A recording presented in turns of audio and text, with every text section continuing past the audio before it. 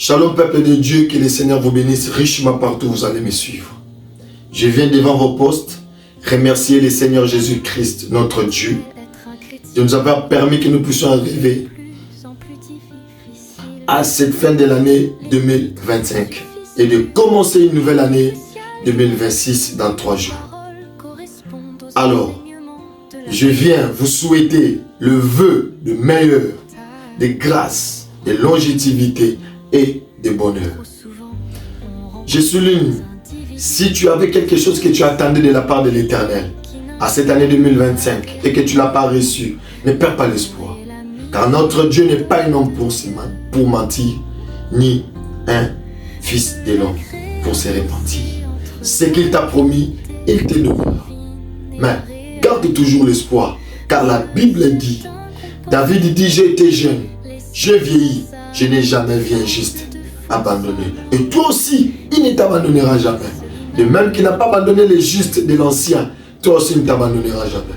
Tu diras, mais qui est injuste? Parce que je commets beaucoup de fautes. Non. Injuste, ce n'est pas parce que tu commets beaucoup de fautes.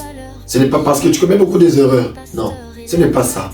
Injuste, c'est quand il reconnaît les erreurs, quand il commet des fautes, quand il reconnaît ça, et il répare, il se répand et il marche de l'avant. C'est celui-là, injuste. Gardons tous l'espoir. Notre Dieu ne nous abandonnera jamais.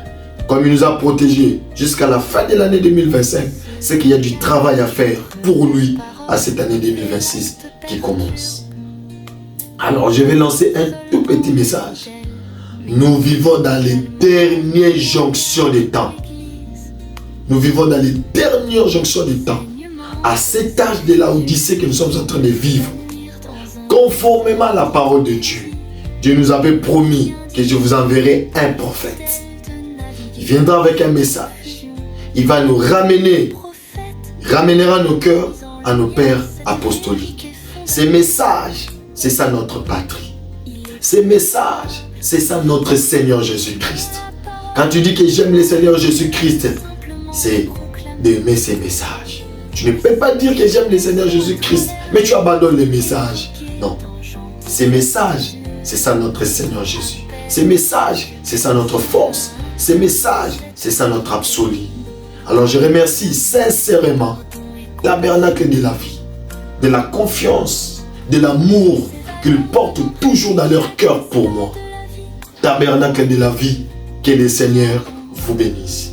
Et à vous aussi, à mes frères et sœurs de Kinshasa, je ne peux jamais vous oublier. Que Dieu vous bénisse richement. Et tout le monde, et tous ceux qui me suivent, partout dans le monde, je n'ai pas oublié mes frères d'Allemagne, que Dieu te bénisse, que le Seigneur vous bénisse richement. Mes frères des États-Unis d'Amérique, mes frères du Canada, mes frères de l'Afrique du Sud, mes frères de Paris et mes frères de la Chine. Que le Seigneur vous bénisse richement. Gardons l'espoir. Un tout petit conseil, je vais glisser pour terminer. Je vous demanderai pardon. Retournons tous dans le message. Retournons tous dans la parole de Dieu. Car quand Moïse était allé libérer les enfants d'Israël étaient dans Goshen. C'était leur ville de refuge. Toi aussi, moi aussi, et tout le monde qui nous écoute, notre Goshen, c'est le message que Dieu nous a donné. Et cette année 2026 qui commence, c'est une année qu'on va encore démontrer au public que nous sommes dans la vérité, afin que le monde sache que nous avons reçu un vrai Dieu. Petit conseil, restons dans le message, restons dans la parole de Dieu. Dieu ne nous abandonnera jamais. Le reste, que cette année 2026 soit une année de paix, de grâce.